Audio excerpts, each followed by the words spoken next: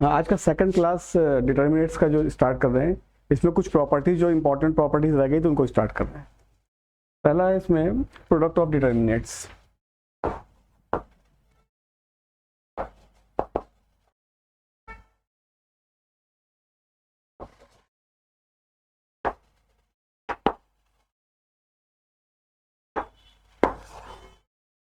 दो डिटर्मिनेट्स हैं,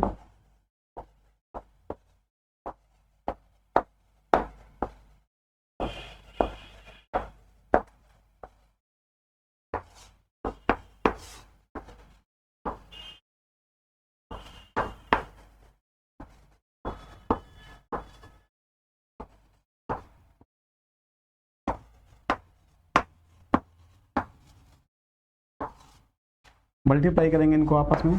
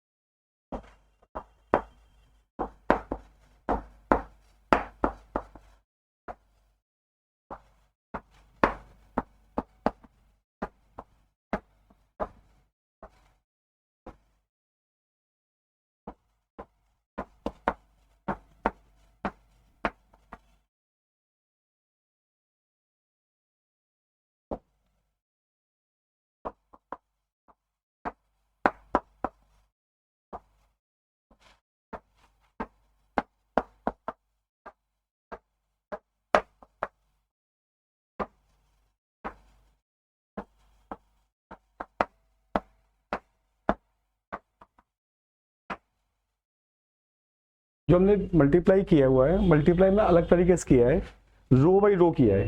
first row, first row, first row, second row, first row, third row, पहले रोकने में। फिर second row, first row, second row, second row, second row, third row, फिर third row, first row, third row, second row, third row, third row. अगर row wise रो करते तो पहले रो के एलिमेंट बढ़ते हैं। मैट्रिक्स हमने अलग अलग थोड़ा इसलिए किया है कि जो मैट्रिक्स मल्टीप्लाई करते हैं वैसे हमारे पास डिटर्मिनेंट मल्टीप्लाई हो जाता है, लेकिन हमने अलग इसलिए किया कि तुमको अलग दिखना चाहिए कि इससे रो बाई रो भी होता है इसमें। तो डिटर्मिनेट्स का मल्टीप्लाई चार तरीके से होता है, row by column, column by row, column by column. Matrices का केवल रो बाई कॉलम होता है। तो इसलिए हमने अलग इसलिए किया है कि इसमें जब तुम लिखोगे, जब दोबारा इसको रिवाइज करोगे तुमको समझ में आएगा कि कुछ अलग चीज लिखी थी हमने यहाँ पर, तो चीजें अलग दिखेंगी कहीं थी, इसलिए लिखा है इसको ऐसे। ये रो बाई रो मल्टीप्लाई है, रो को रो से।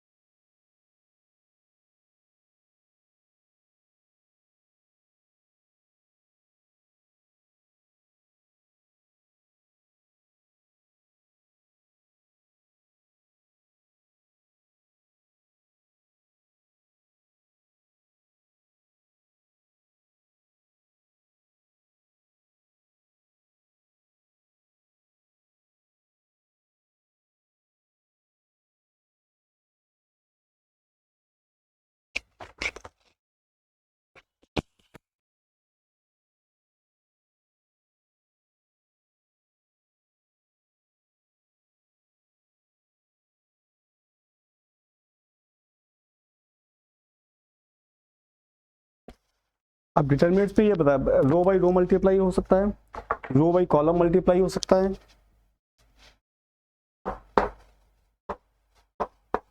कॉलम बाई रो हो सकता है, और कॉलम बाई कॉलम हो सकता है। 4 तरीके से मल्टीप्लाई होता है। जब रो से स्टार्ट करते हैं तो रो के एलिमेंट पहले बढ़ते हैं।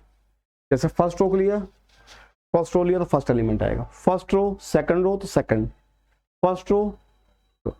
अब ऐसे फर्स्ट रो फर्स्ट कॉलम लेंगे तो first row first column, first row second column ये वाला, फर्स्ट रो थर्ड कॉलम तो थर्ड वाला। जब कॉलम मिलेंगे, जैसे कॉलम वाइज रो लेते हैं, फर्स्ट कॉलम फर्स्ट रो ये वाला element, first column second row ये वाला element, first row third column ये, ऐसे column wise column, first column ये element, first column second column ये element, first column third column ये एलिमेंट। तो रो वाइज रो इसलिए क्या मैट्रिसेस में मल्टीप्लाई करना सबको मालूम होता है रो बाई कॉलम, तो यहाँ रो बाई रो की है। दूसरी चीज डिटर्मिनेंट्स में जो क्वेश्चन होता है, अगर मल्टीप्लाई करके दिया गया, मल्टीप्लाई करना है क्वेश्चन, तब तो सिंपल है, हो जाएगा।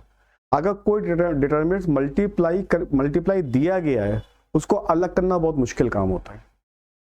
जैसे मल्टीप्लाई तो कर लिया सिंपल, अब मान लो ये गिवन है, ये तो तुमने ऊपर लिखा हुआ है, इससे मल्टीप्लाई समझ में आ गया। अब कभी क्या क्वेश्चन में आता है कि क्वेश्चन तुमको दिया हुआ है, खूब बड़ा सा क्वेश्चन है, अब उस वो प्रोडक्ट ऑफ 2 डिटर्मिनेंट्स है, तो इतनी जल्दी अंदाज लगता नहीं है वहां पर। और दूसरी बात, प्रोडक्ट ऑफ 2 डिटर्मिनेंट्स अगर दिया गया, उसको अलग अलग करना बहुत मुश्किल काम है। मल्टीप्लाई तो हो जाता है, लेकिन मल्टीप्लाई दिया है तो उसको अलग अलग करना टेढ़ा काम होता है, बहुत टफ काम होता है। बताने को तो भी हम एग्जाम्पल करेंगे, हम सब करेंगे, समझा दिया हमने, ये ऐसे हो जाता है, लेकिन प्रैक्टिकली वहां पर मुश्किल पड़ती है। तो 1-2 एग्जाम्पल करके बता रहे हैं, कोशिश कर रहे हैं कि उसमें समझोगे कैसे करते हैं, लेकिन इतना आसान नहीं होता है वहां पर गए थे। तो ये थ्योरी में पढ़ाया था, तो इससे पढ़ा दिया इसको, तो एक एग्जाम्पल भी हम कर रहे हैं, लेकिन ध्यान रखना कि बार बार बोले दे रहे हैं कि प्रोडक्ट और डिटर्मिनेंट आसान नहीं होता है। प्रोडक्ट करना आसान होता है, प्रोडक्ट दिया गया उसको अलग करना बहुत थोड़ा मुश्किल काम होता है, क्योंकि ये नहीं मालूम होता कि वो रो बाई कॉलम किया, रो बाई रो किया, कॉलम बाई रो किया, कॉलम बाई कॉलम किया। पहली चीज़ तो ये प्रॉब्लम आती है।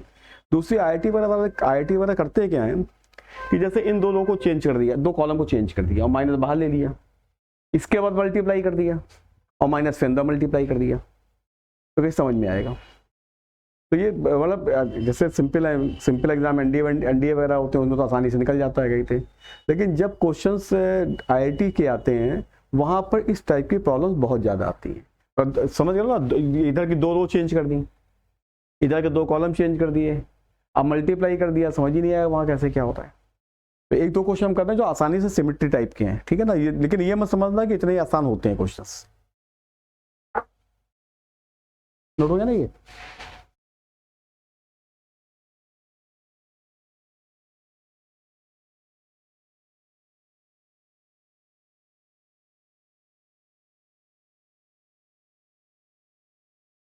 अब पढ़ाने में लोग बताएंगे, इसके एग्जाम्पल रट के आएंगे, यार ये तो ऐसे हो जाता है आसानी से, लेकिन प्रैक्टिकली जो होता है वो बता रहे हैं कि एग्जामिनेशन में तुम क्या कर पाओगे क्या नहीं कर पाओगे करके।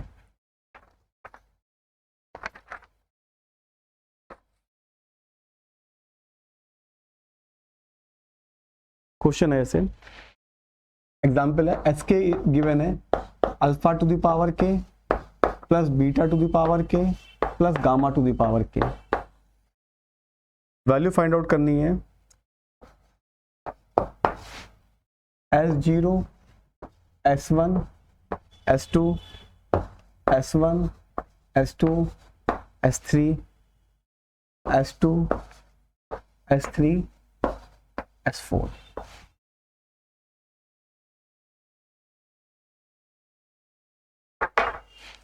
अब S0 की वैल्यू कितनी होगी, S0 3 हो जाएगी, पावर 0 लगा दो सबके ऊपर, यहां से S0 फाइंड आउट करोगे तो अल्फा की पावर 0, बीटा की पावर 0, गामा की पावर 0, तो ये 3 हो गया।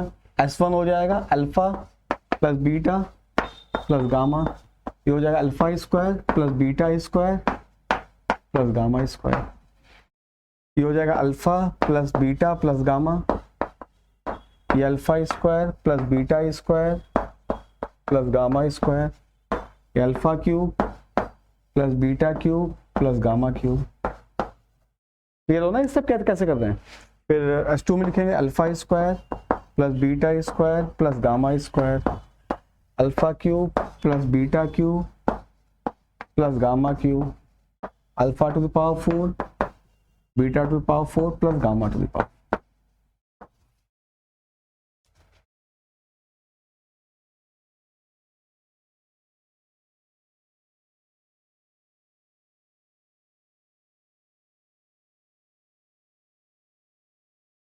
अब जैसे इतना टिपिकल टाइप का सिमेट्रिकल टाइप का आ जाए, समझ लो कि प्रोडक्ट ऑफ टू डिटरमिनेंट्स होता है। तो मतलब ये अब हो सकता है प्रोडक्ट ऑफ टू डिटरमिनेंट ना भी हो, ठीक है ना, लेकिन जब इस तरह के बड़े क्वेश्चन तो होते हैं, सिमेट्रिकल बनने होते हैं, जेईई में ऐसे क्वेश्चन भी आए खूब बड़े सिमेट्रिकल बनाए, वो प्रोडक्ट ऑफ टू डिटरमिनेंट नहीं थे। 2006 में क्वेश्चन आया था, अभी वो हमारी शीट में क्वेश्चन है, वो शीट में 24वां क्वेश्चन है, उसको करोगे वो भी कुछ बड़ा सिमेट्रिकल दिख रहा था, लेकिन नहीं था प्रोडक्ट ऑफ टू डिटरमिनेंट्स वो। तो इसलिए ये अब एग्जामिनेशन में समय तो होता नहीं, 25 क्वेश्चन मेंस में मान लो आते हैं या एडवांस में आते हैं 18 क्वेश्चन, अब मेंस में 25 क्वेश्चन है, समय है नहीं वहाँ, तुम सोचने में समय लगा दिया, वहाँ 75 क्वेश्चन करने टाइम कहाँ होता है वहाँ पर। तो इसलिए बताया है कि ये थोड़ा मुश्किल होता है कि वहाँ पर बहुत ज़्यादा कोशिश करने की बहुत प्रयास मत करना, कहते कि करना है नहीं करना, देखना हो रहा है तो छोड़ के आगे बढ़ जाना, क्योंकि डिटर्मिनेंट्स का क्वेश्चन जब मेंस वगैरह में आता है या एडवांस में आता है, डिटर्मिनेंट्स को सबसे आसान टॉपिक माना जाता है, लेकिन जो सबसे आसान माने जाते हैं उनके क्वेश्चन डिफिकल्ट होते हैं हमेशा, कहते हैं जैसे permutation, combination, probability, complex number difficult माने जाते हैं, इनके क्वेश्चन आसानी से आ जाते हैं। तो इसलिए इन सब चीज़ों को ध्यान रखना है। एमसीए वगैरह में ऐसा नहीं होता, एमसीए में सिंपल क्वेश्चन आता है, जितने हमने शीट में दिए उनको कर लेना पूरे, थोड़े बहुत और कर लेना, एमसीए में आ जाए क्वेश्चन उसी से, कहते हैं। आईआईटी में क्या होता है, अलग क्वेश्चन आते हैं, नए क्वेश्चन देते हैं, नए में कुछ ऐसा नहीं कुछ बिल्कुल नया बनाते हैं, जो पिछले 10 सालों में आए उन्हीं कॉन्सेप्ट को उठा के बनाते हैं क्वेश्चन। जब थोड़ा बहुत 19-20 चेंज किया, तुमको एग्जामिनेशन में यही ध्यान में रखना है कि हमने जो 10 साल के प्रीवियस या 15 साल के जो पेपर किए तो उनमें कौन सा कॉन्सेप्ट फिट हो रहा है। तो पहले पूरा पढ़ा जाता है, इसके बाद 10-12 साल के पेपर कर लिए जाते हैं, उनसे ऑलमोस्ट आ जाता है। जिस समय हम लोग ने कभी तैयारी की थी उस समय, तो हम लोग को जिनके पास हम पढ़ने जाया करते थे IIT के लिए, वो कल मैथमेटिक्स पढ़ते थे, हम गए थे हफ्ते में एक दिन पढ़ाते, संडे, और कुछ नहीं पढ़ाते थे, गए थे वो कदम पढ़ाएं कुछ नहीं। 59 से IIT स्टार्ट हुआ है जेईई का पेपर, हमारा 87 की तैयारी थी, 59 से 86 के बीच में जितने क्वेश्चन टॉपिक वाइज हैं, जैसे डिटरमिनेंट पढ़ा रहे हैं, तो उन्होंने 59 से 86 तक जितने क्वेश्चन आए हैं उनको एक सीट बना के दे दी, और कहा इनको कर लो, थ्योरी पढ़ाते ही नहीं थे वो IIT के प्रोफेसर थे, गए थे, तो वो IIT के प्रोफेसर वो हफ्ते में एक दिन पढ़ाते थे केवल, और बाकी दिन नहीं, और सीट वही हम लोगों ने किया, उससे सिलेक्शन हो गया, गए थे। तो बताने का मीनिंग ये है कि जो प्रीवियस ईयर के क्वेश्चंस होते हैं वो बहुत ज़्यादा हेल्पफुल होते हैं। आपको हम केवल प्रीवियस ईयर क्वेश्चन पढ़े ही ना कुछ कही थे, तो थोड़ी ना हो जाएगा, वहाँ पे क्वेश्चन बदला तो क्या करोगे। तो अब इसमें देखो अंदाज कैसे लगाया जाता है, दोनों डिटरमिनेंट ऐसे बना लो। अब पहला 3 बनाने की कोशिश करो, तो 1 1 1 और 1 1 1 लगाए, 3 बन जाएगा।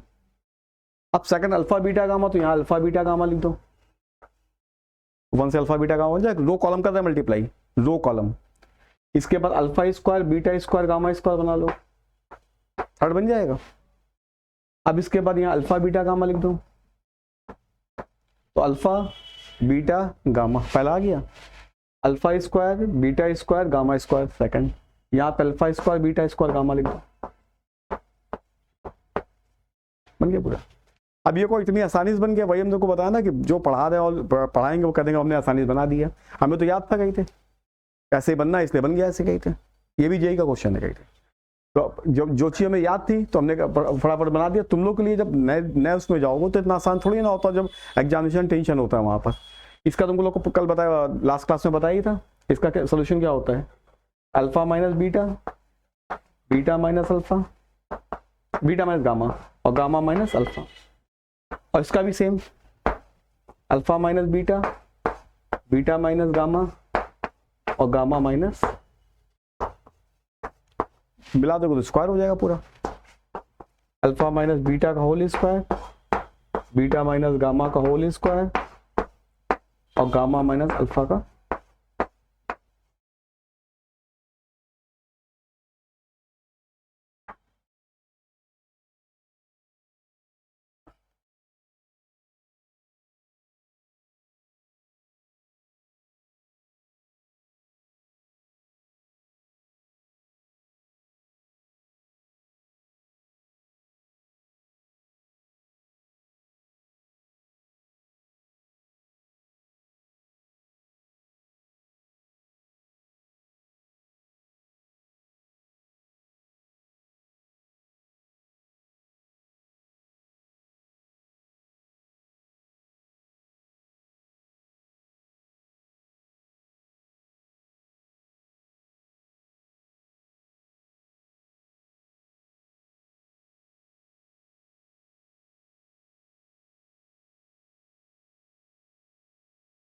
दूसरा एग्जाम्पल,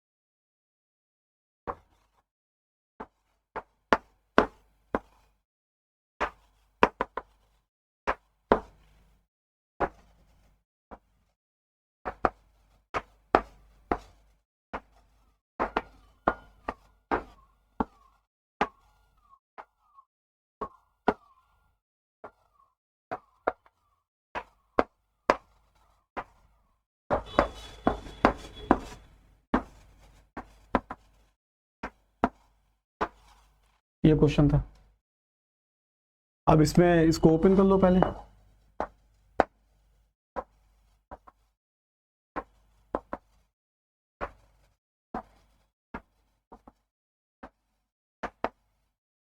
प्लस हो जाएगी।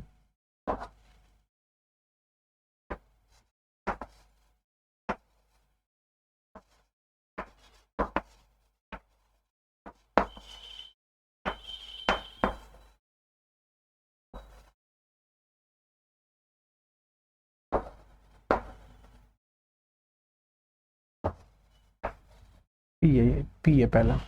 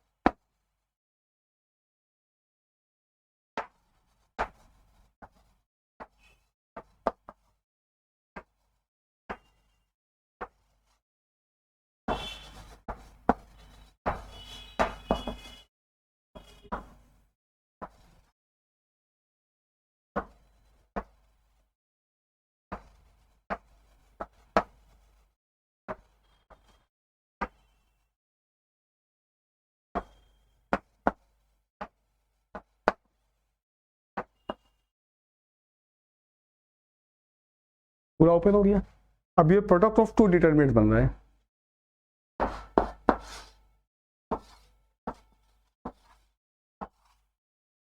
अब पहले क्या लोगे, cos A cos P, cos A, यहाँ पे कॉस ए की बजाय साइन ए लगाओ इसमें। हाँ हाँ, जीरो आएगा कॉस ए, और ये हो जाएगा, यहाँ लगा दे कॉस पी और साइन पी लगा दें इसमें, तो कॉस ए कॉस पी साइन ए साइन पी पहला बन जाएगा, और दूसरे में कॉस ए कॉस क्यू लगा दें यहाँ, और साइन क्यू लगा दें यहाँ पर, तो cos A into cos Q और sine A into sine Q, और तीसरे वाले में कॉस आर, ये जीरो जीरो जीरो, और इधर सिमेट्री बन जाएगी, cos B sine B cos C, दोनों जीरो हैं।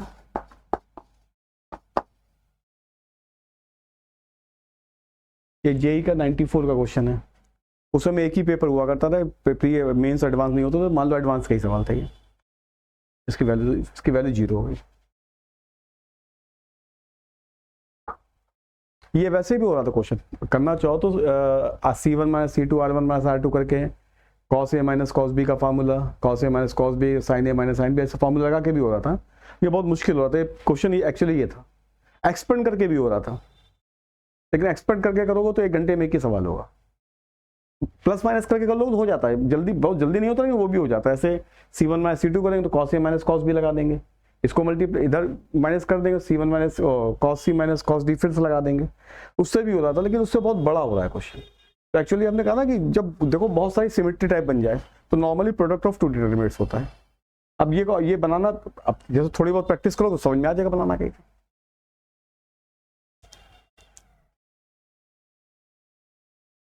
नोट कर लें, इसको बाद में कहते हैं।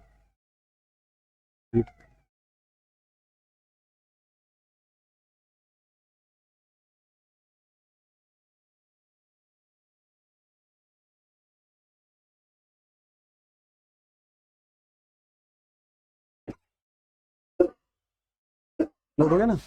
अब कुछ सिंपल प्रॉपर्टी लिखवा रहे हैं, इसके बाद फिर डिफिकल्ट प्रॉपर्टी में आएंगे, ठीक है ना। अभी कुछ बीच में सिंपल 2-3 लिखा दे रहे हैं, इसके बाद फिर डिफिकल्ट प्रॉपर्टीज में आएंगे।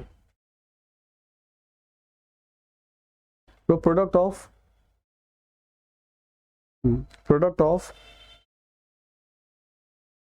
sorry the value of diagonal determinant, the value of diagonal determinates, the value of diagonal determinant is product of its diagonal element, product of its diagonal element।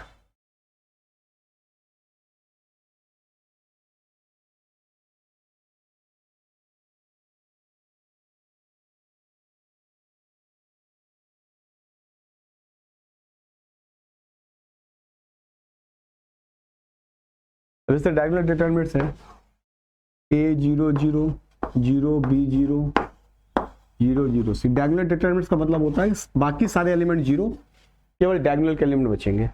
ये क्या होता है, product of diagonal elements.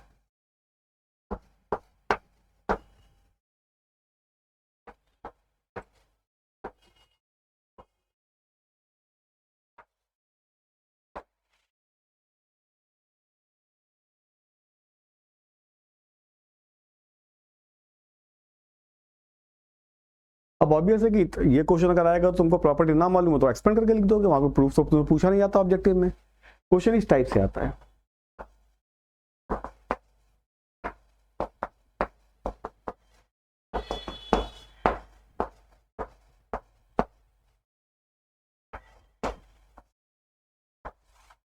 n by N का कह दिया इसमें,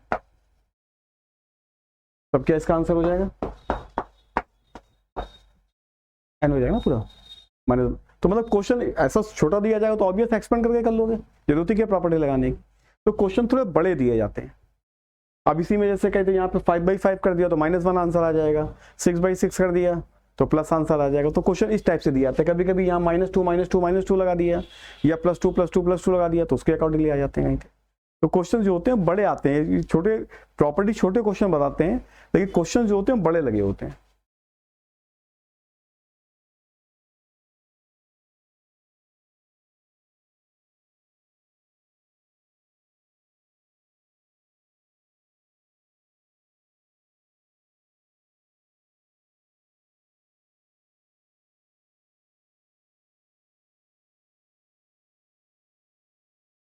इसके बाद वैल्यू ऑफ ट्रायंगुलर डिटरमिनेंट्स।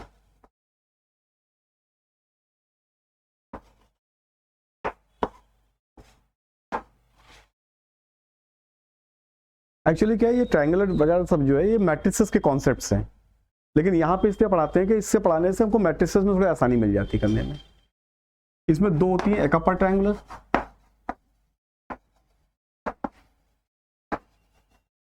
एक होती है लोअर ट्रायंगुलर।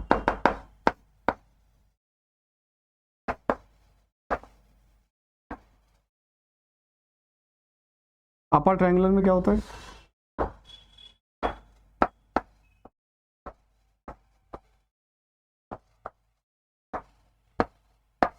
ये ऐसे ट्रायंगल बनता है। मैट्रिसेस का सिंबल बार बार बना जाए, डिटरमिनेंट्स एक्चुअली ये भी प्रोडक्ट ऑफ डायगोनल एलिमेंट्स होता है।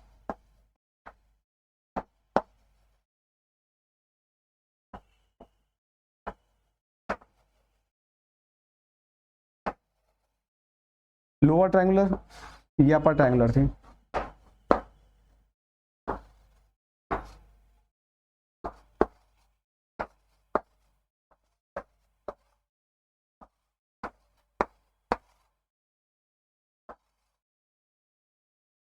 इसकी भी product of diagonal elements.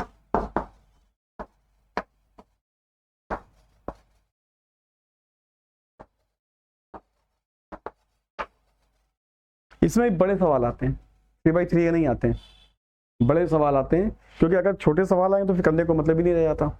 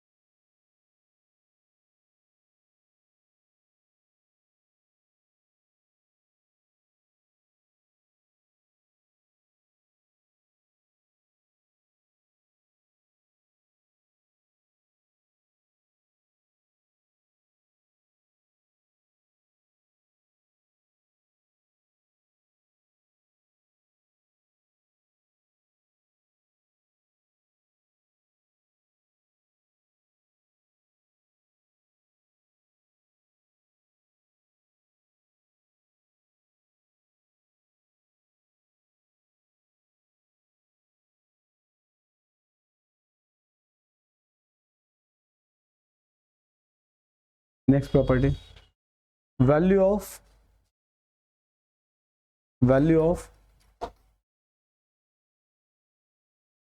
skew symmetrical determinants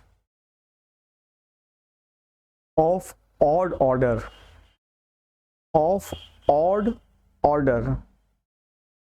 is 0. Odd order is 0. Next line में and even order is a perfect square. Even order is a perfect square. ये भी property जो है matrices की है। यहाँ पे कल इसलिए लिखवा देंगे, वहाँ मैट्रिसेस में थोड़ा आसान पड़ेगा और समझ में आ जाता है। एक बार मैट्रिसेस में भी लिखवा देंगे, डिटरमिनेंट्स में भी, तो दोनों जगह ध्यान में रहती है प्रॉपर्टीज। अब स्क्यू सिमेट्रिक क्या होता है, जैसे यहाँ पर लिखा हुआ है 0 B C या -B -C 0 D -D 0। Diagonal element सब 0 होने चाहिए।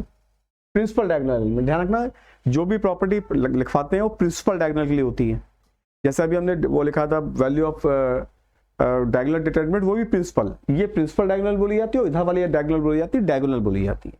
डायगोनल प्रॉपर्टी जितनी भी लिखाई जाती है वो सब प्रिंसिपल के लिए होती है।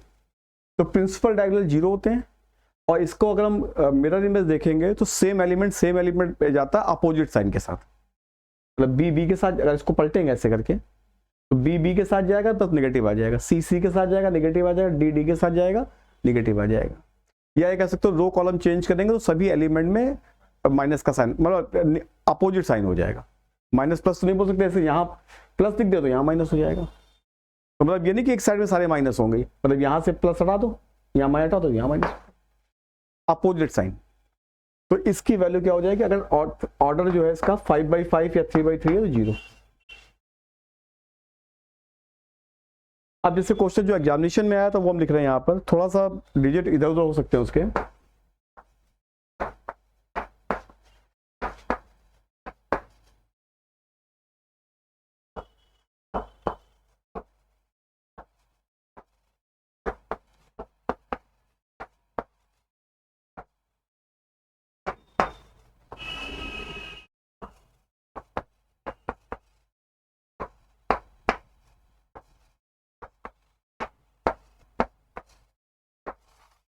इस टाइप से आया था, तो मतलब छोटे क्वेश्चन नहीं दिया था। 3/3 के देंगे तो एक्सपेंड कर लोगे, 3/3 करोगे क्यों क्वेश्चन को, इसको ना प्रॉपर्टी मालूम।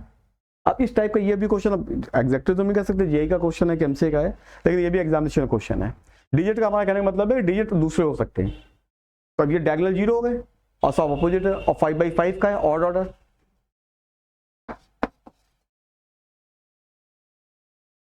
ना यहाँ -5 +5, और रो कॉलम चेंज कर लो आपस में।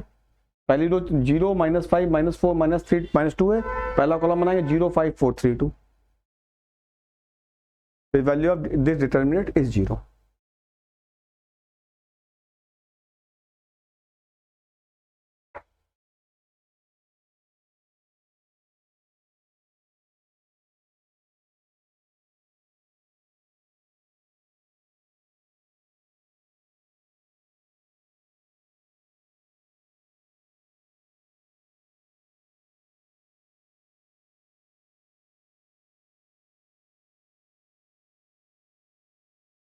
अब इसी को अगर इवन ऑर्डर कर दें तो परफेक्ट स्क्वायर हो जाएगा। जैसे ये छोटा लिखा हुआ है, छोटे को कर सकते हैं 0 माइनस बी सी, नहीं 0 माइनस बी और बी और 0, 2/2 का कर दिया तो वैल्यू कितनी आएगी इसकी,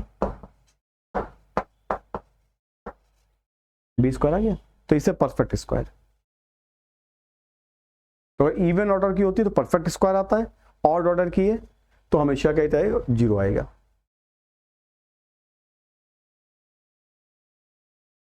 जैसे एग्जामिनेशन में इसी में से एक रो एक कॉलम हटा दिया, मान लो 4/4 की कर दी, तो वहां सॉल्व नहीं करना है, वहां पे ऑप्शन देखना किसमें परफेक्ट स्क्वायर लिखा हुआ है, ठीक है ना। जिसमें अब एक कहो कि 3 में दिया गया, 3 में दिया गया तो क्वेश्चन थोड़ा वहां करना, छोड़ देना कहीं थे, या फिर उसका कोई जुगाड़ होगा करने का कहीं थे। तो मतलब इतना 4/4 का सॉल्व करने दिया नहीं जाएगा। कम्पिटेटिव एग्जामिनेशन है, कोई थोड़ी ना कि 12 का बोर्ड एग्जामिनेशन है कहीं थे। तो कम्पिटेटिव एग्जामिनेशन के लिए अगर 4/4 का दिया है तो एक ही ऑप्शन परफेक्ट स्क्वायर दिया होगा, या फिर इस टाइप से लिखा होगा कि कौन सा ऑप्शन नहीं हो सकता, तो 3 में परफेक्ट स्क्वायर दिए होंगे, 1 में नहीं दिया होगा।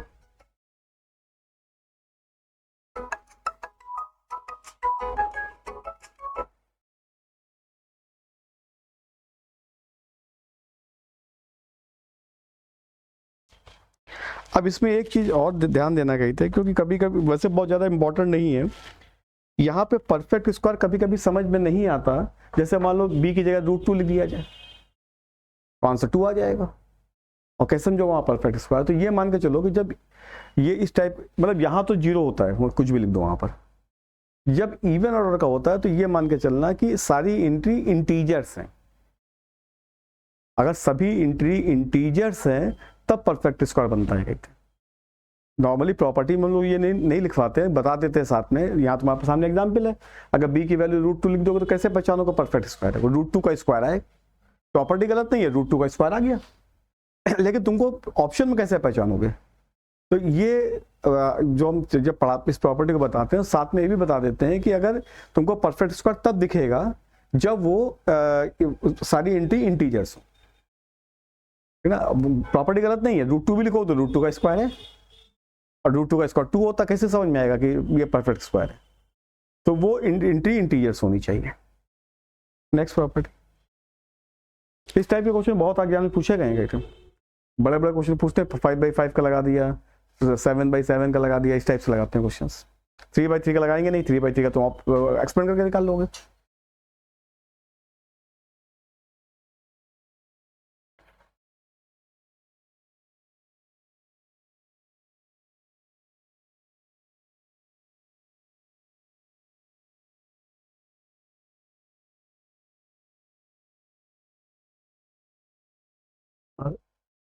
इसके बाद the value of cofactor determinate, the value of cofactor determinates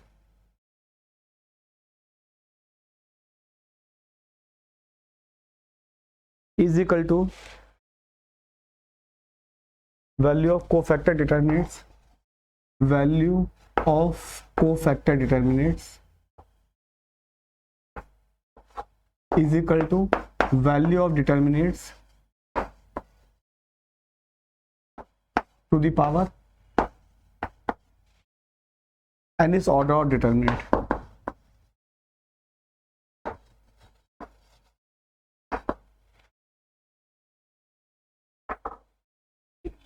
हाँ ये जो ऐसे फिर आसानी पड़ी, समझना आसानी हो जाएगा।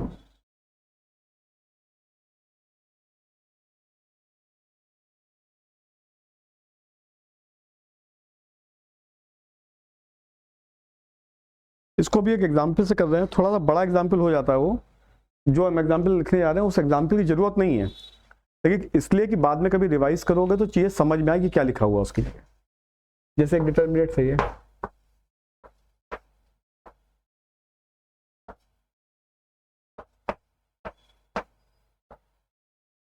इसके कोफैक्टर डिटरमिनेंट्स निकालो। इसका कोफैक्टर डिटरमिनेंट्स, कोफैक्टर मतलब 1 की जगह 1 का कोफैक्टर, 2 की जगह 2 का कोफैक्टर, 5 की जगह 5 का कोफैक्टर, एंड सो ऑन।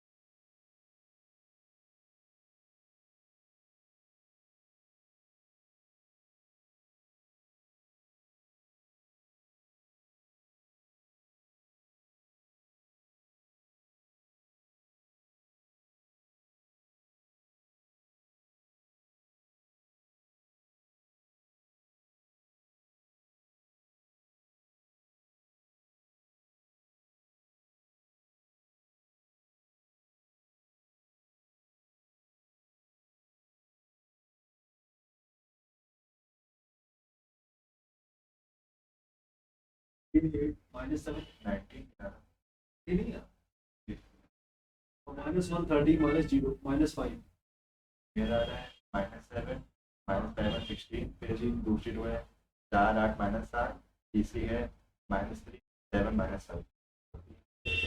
कितना 882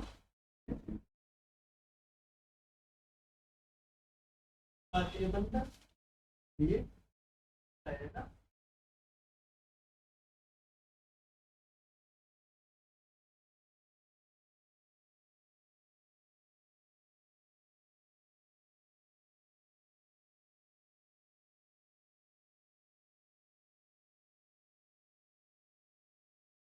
क्या -7 -11 16 हमको देखना पड़ेगा, हमारे पास तो ना आर्टिकल के नाम से लिखा है।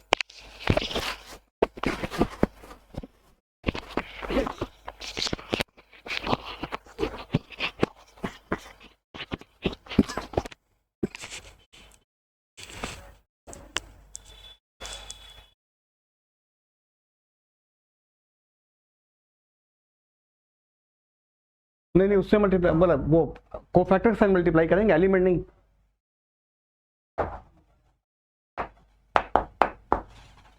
अब 1 का कोफैक्टर क्या होगा? 1 2 5 3। 2 का कोफैक्टर माइनस टाइम्स 3 -1 2 3।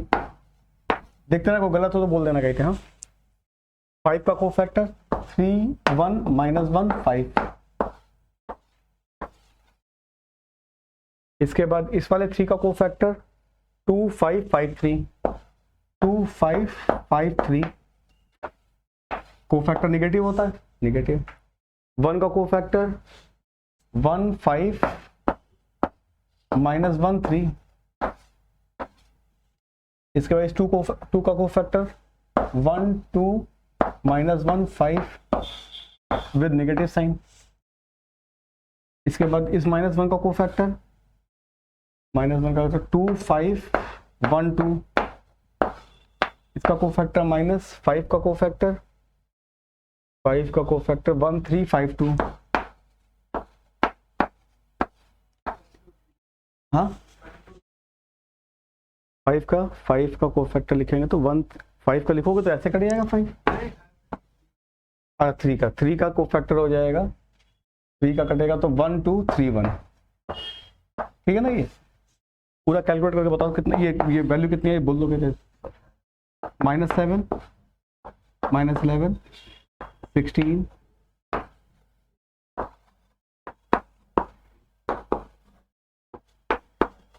माइनस।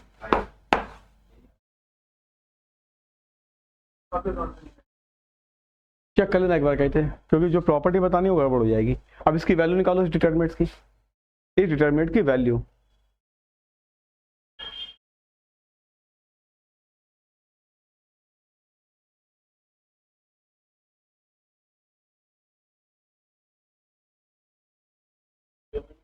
हाँ,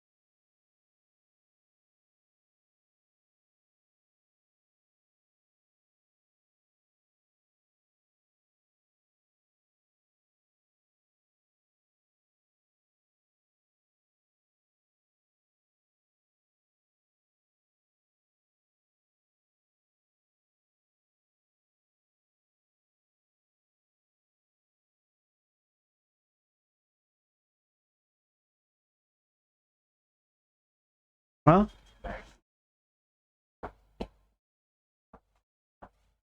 9 to 1।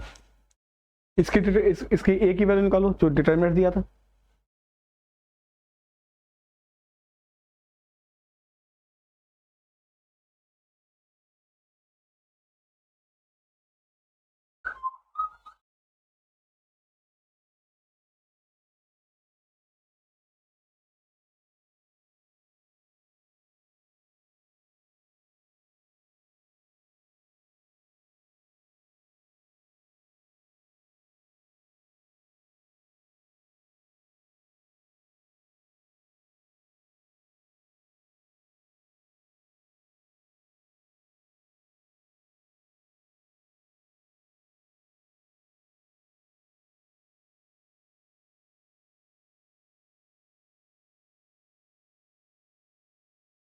हम्म, 51 आ रही है, इसकी वैल्यू 51 आ रही है, तो इसकी वैल्यू फिर गलत तुम्हारी आ रही है, क्योंकि 51 इसकी, क्योंकि ये जो आना चाहिए 51 का स्क्वायर आना चाहिए। तो 51 का स्क्वायर कितना होता है, 51 इंटू 51, तो 51 2601 आनी चाहिए वैल्यू इसकी। आप तो डिटरमिनेंट देखो फिर गलत हो गया ऐसा। 3 माइनस 10 माइनस 7, 9 प्लस 3 9, 9 प्लस 2 11, फिर 5 3 15, 15 प्लस 1 16, ये सही है। 3 6, 6 माइनस 6 माइनस, फिर ये 9 आएगा यहाँ पर। 3 6 और 5 5 25 हुआ, तो माइनस 19 आएगा, प्लस 19 आएगा, माइनस बाहर है ना। तो हम तो बता रहे हैं ना मुझे 8 माइनस 7 और माइनस 1 13 माइनस 5। इसको चेक कर लेते हैं, बस कंप्लीट कर ले। तो 6 6 माइनस 25 माइनस 19 आएगी ना, प्लस 19। हाँ प्लस 19, और ये फिर 8 माइनस 7 सही है। 8 माइनस 1 13 4 4 माइनस 5 माइनस बनाएगा, माइनस 1 और प्लस माइनस 13, नहीं प्लस 13, प्लस हो जाएगा ना। 2 2 माइनस 15, तो माइनस 13 प्लस 13, और 1 1 माइनस 6 5। अब इसको देखा, अब इसकी वैल्यू निकालो कितनी आ रही।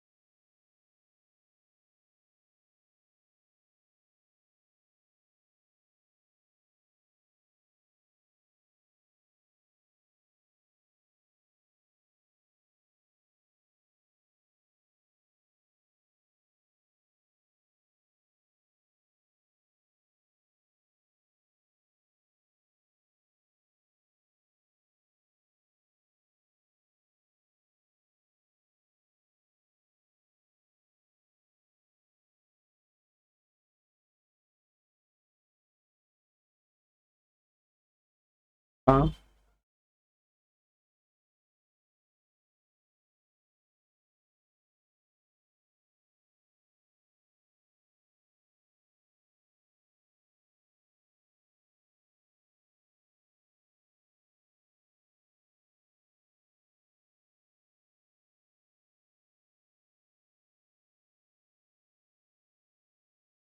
हाँ 409 पर 691 नहीं तो फिर गलत है, फिर इसमें पुट चेक करना पड़ेगा।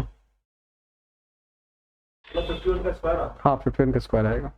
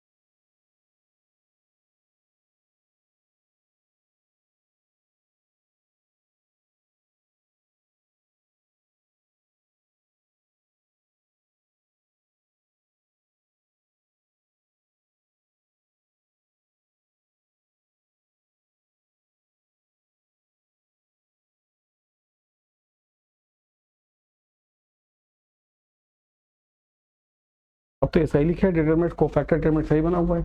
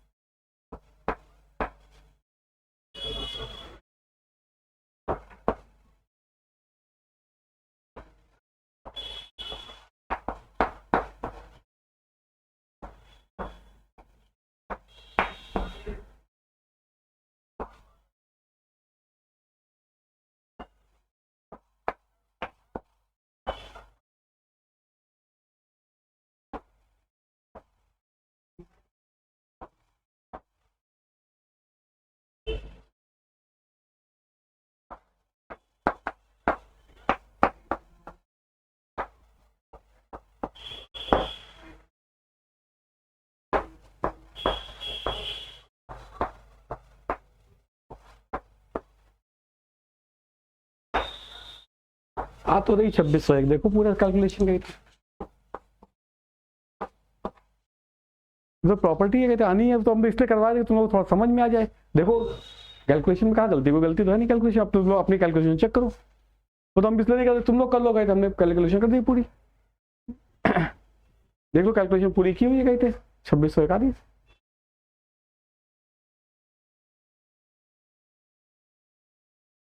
देखो अपनी कैलकुलेशन में देखो कहाँ मिस्टेक की तुम लोगों ने, ठीक है ना,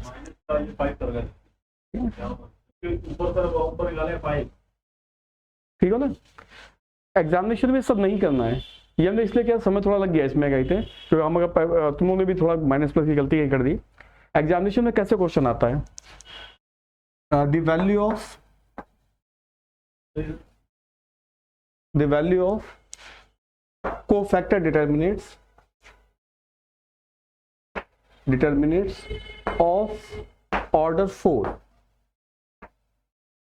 whose determinates value is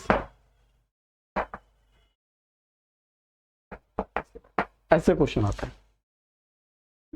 11। तो अगर 11 वैल्यू दी गई तो प्रॉपर्टी के हिसाब से क्या होता है, कोफैक्टर डिटरमिनेट्स की जो वैल्यू होती है वो डिटरमिनेट्स की वैल्यू की पावर n-1 होती है, n ऑर्डर होता है। यहाँ पे 4 का ऑर्डर दिया है तो 11 4 - 1 11 क्यों निकाल दोगे, यहाँ पर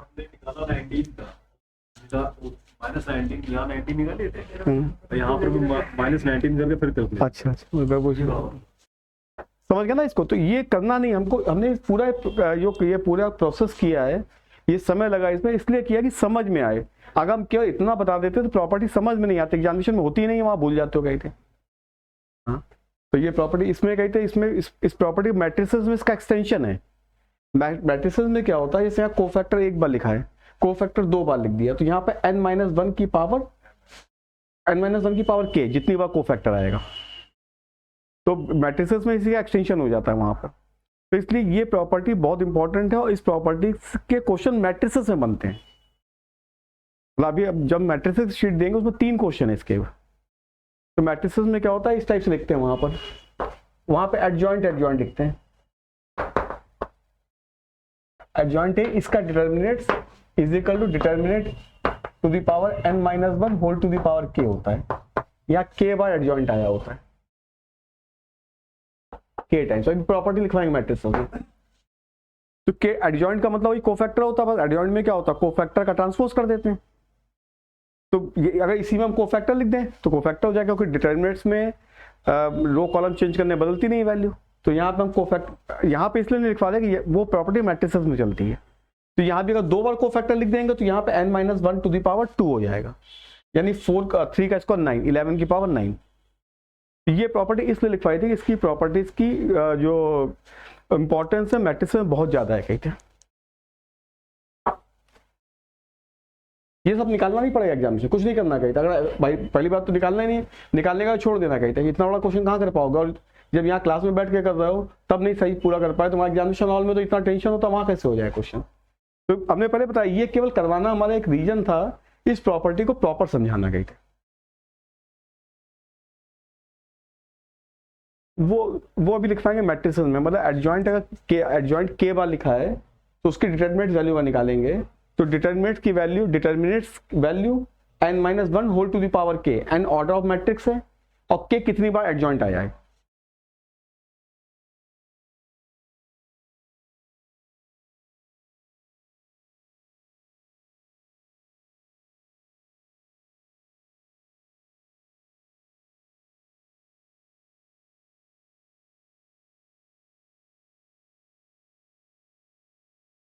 इसके बाद डिफरेंशिएशन ऑफ डिटर्मिनेंट्स।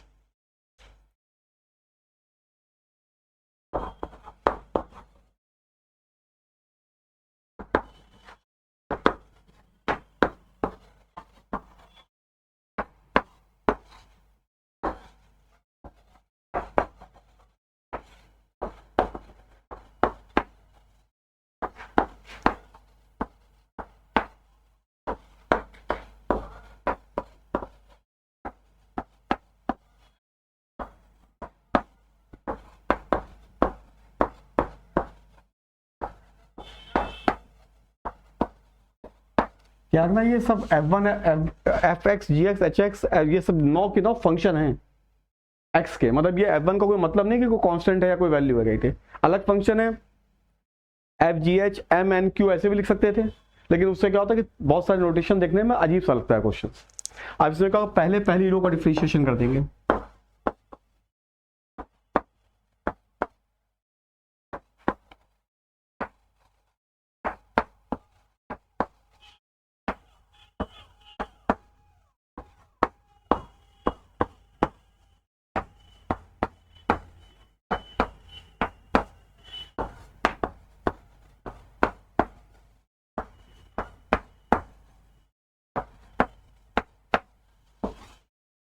फिर सेकंड रो का,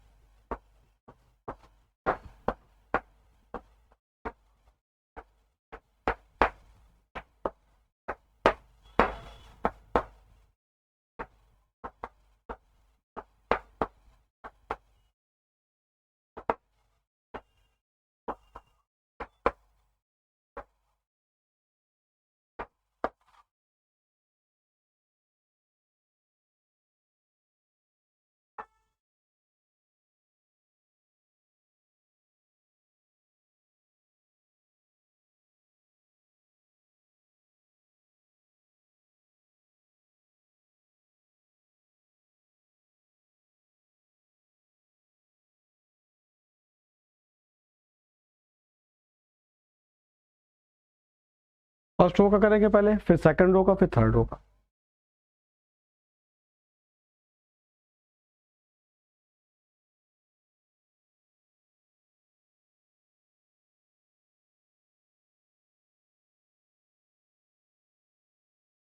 इसका एग्जाम्पल लिखिए।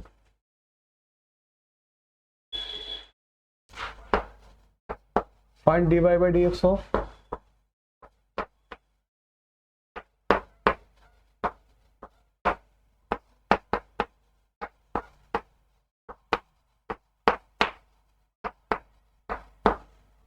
डैश का मतलब डेरिवेटिव से है, एक बार डैश का मतलब एक डेरिवेटिव, दो बार डैश का मतलब दो बार डेरिवेटिव।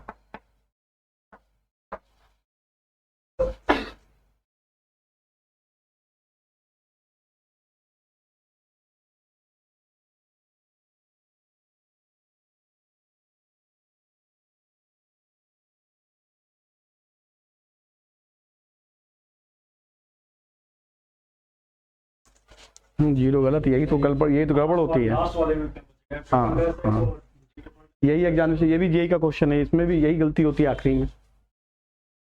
पहले दो तो जीरो हो जाएंगे, तीसरा बच जाएगा।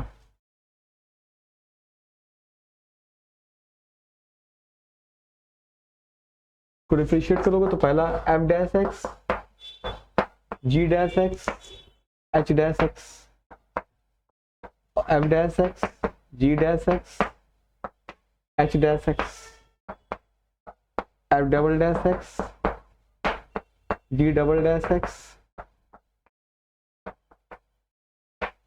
प्लस अब दूसरी वाली रो डिफरेंशिएट होगी,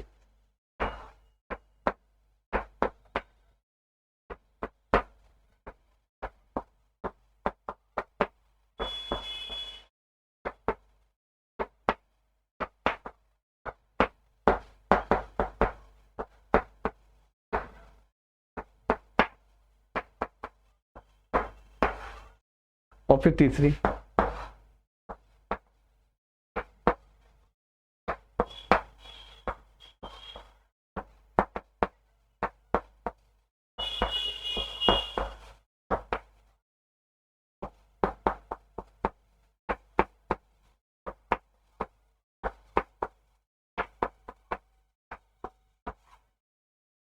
इसमें पहली दो आइडेंटिकल हो गई जीरो, इसमें दूसरी तीसरी आइडेंटिकल हो गई, तीसरा बच गया, तो ये आंसर हो गया।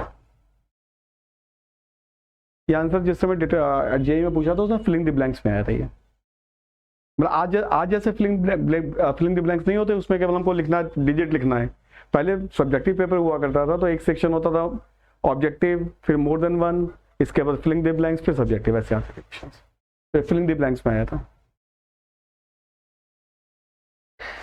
इसी क्वेश्चन में एक लाइन बढ़ा दें आगे तो उसका क्या आंसर क्या होगा, एक लाइन और लिख लो इसी, मतलब नेक्स्ट क्वेश्चन है, if F X G X and H X, if fx gx and hx are polynomial, fx gx and hx are polynomial of degree 2, fx gx and hx are polynomial of degree 2। अगर degree 2 का polynomial हो जाएगा तो fx gx hx polynomial of degree 2 है, तो fx मान ले ax square plus bx plus c, तीन बार डिफरेंशिएट कर दिया,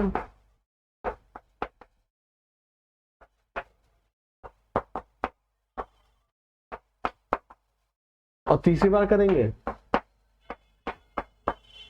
ऐसे gx होगा, ऐसे hx होगा, तो ये जीरो, ये जो आखिरी बच रहा था वो भी जीरो हो गया, तो आंसर अब जीरो हो जाएगा।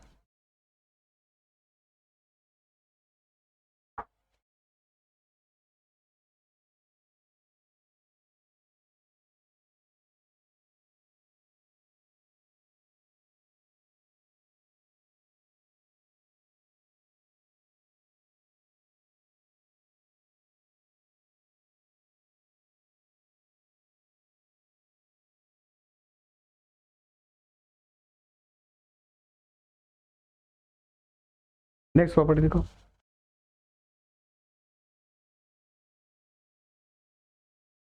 the total number of elements, the total number of elements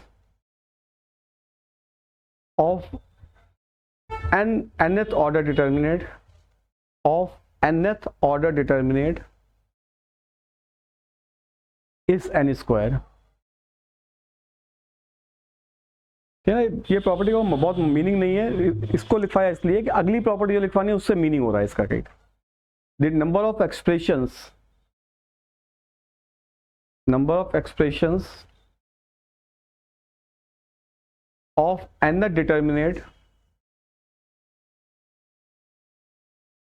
when expanded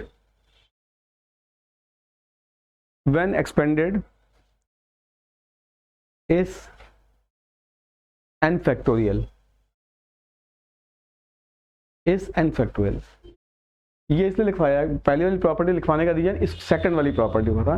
भाई जब 3/3 का ऑर्डर के डिटरमिनेंट को एक्सपेंड करोगे तो कितने टर्म्स आएंगे? 6 आएंगे।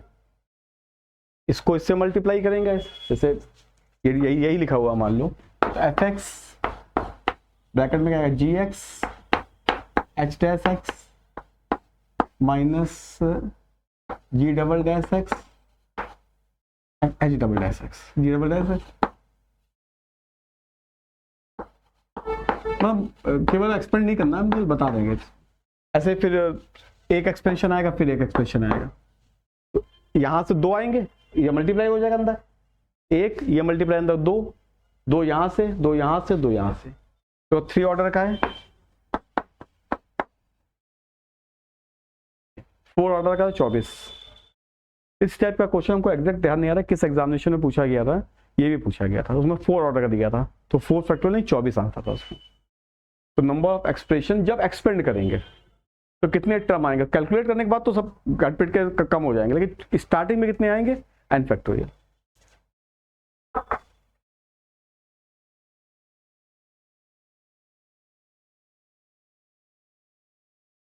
इसका नेक्स्ट प्रॉपर्टी नोट करो। इन 3/3 determinants, in 3/3 determinants, first column consists of sum of m elements, second column consists of sum of n terms, and third column consists of sum of n elements, third column consists of sum of p elements।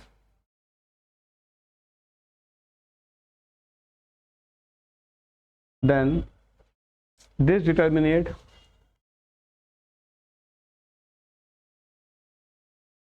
can be expanded या can be resolved into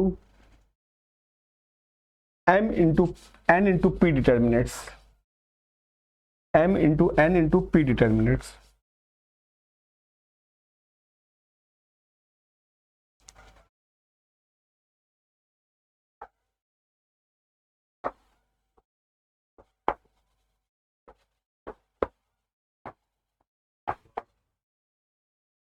Resolved into m into n into p determinants।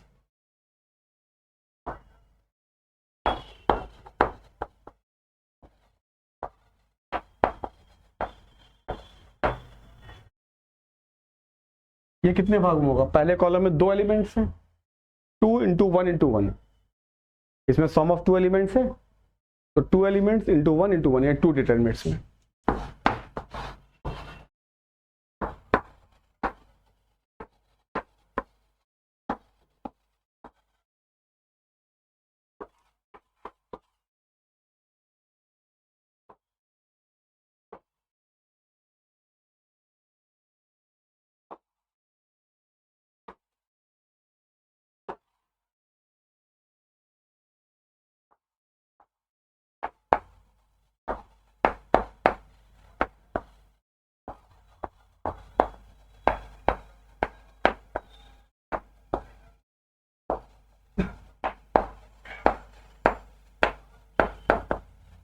ये कितने में आएगा,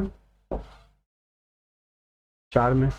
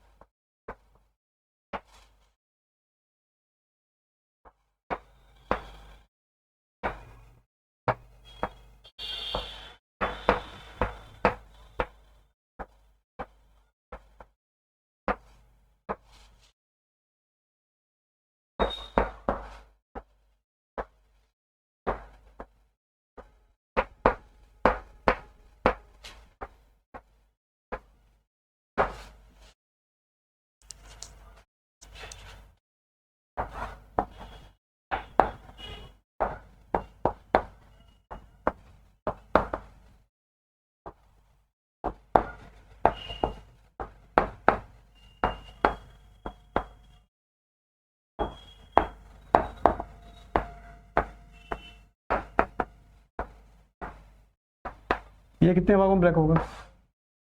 8 में, 2 × 2 × 2। इसीलिए ये पूरा जो लिख रहे हैं वो इसीलिए लिख रहे हैं कहीं तो हम ऐसे लिख के प्रॉपर्टी छोड़ देते। एग्जामिनेशन में क्या होता है, प्रॉपर्टी याद होती है तो वो अप्लाई नहीं कर पा रहे। नॉर्मली बुक्स में कहते हैं प्रॉपर्टी लिख के छोड़ दिया, या जो पढ़ा रहे हैं वो भी प्रॉपर्टी लिख के छोड़ देते हैं। ये हम थोड़ा समय जरूर लगता है इसमें, इसलिए लिखते हैं कि समझ में आए कहते हैं, एग्जामिनेशन में परफॉर्म कर पाओ। प्रॉपर्टी से क्या करोगे कहते याद करके।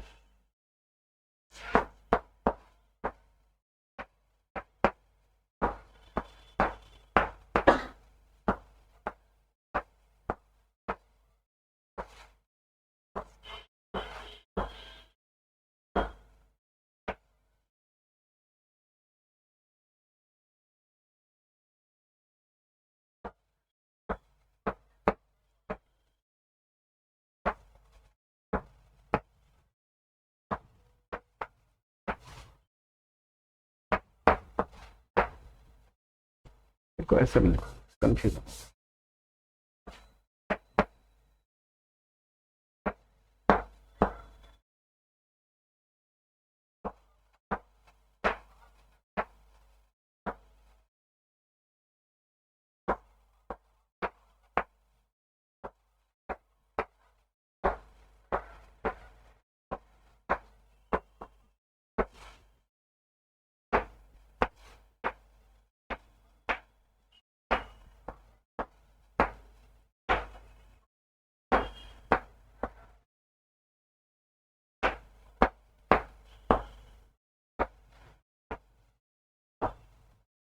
चार डिटरमिनेंट लिख दिया पहले, A1 को फर्स्ट कॉलम लेके, अब X1 को फर्स्ट कॉलम लेके कॉपी कर दो ऊपर के।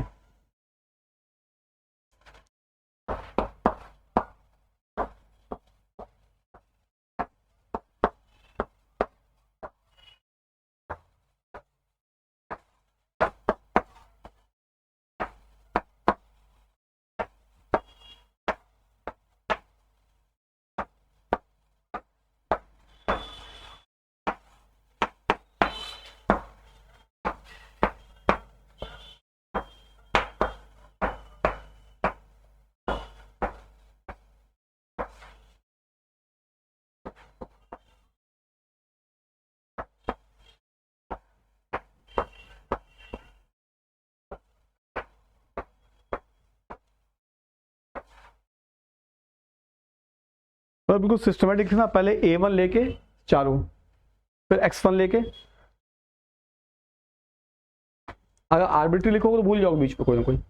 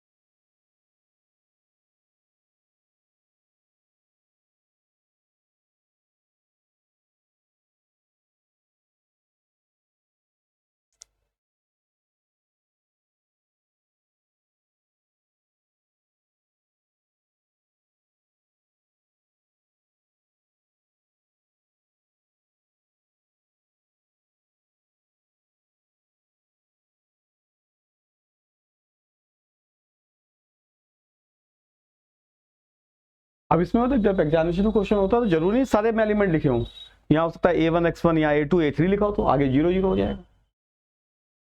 तो मतलब ये नहीं कि ये तो हमने मैक्सिमम बता दिया, मैक्सिमम क्या हो सकता है।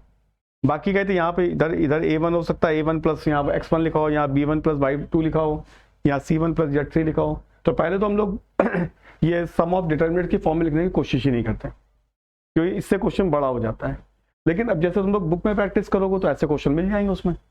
एग्जामिनेशन में नॉर्मली नहीं होते हैं इस टाइप के क्वेश्चंस, लेकिन बुक्स पे करोगे तो बुक में कैसे मालूम पड़ेगा कि ये करना नहीं करना है। तो इसलिए ये प्रॉपर्टी लिखवाई हुई है।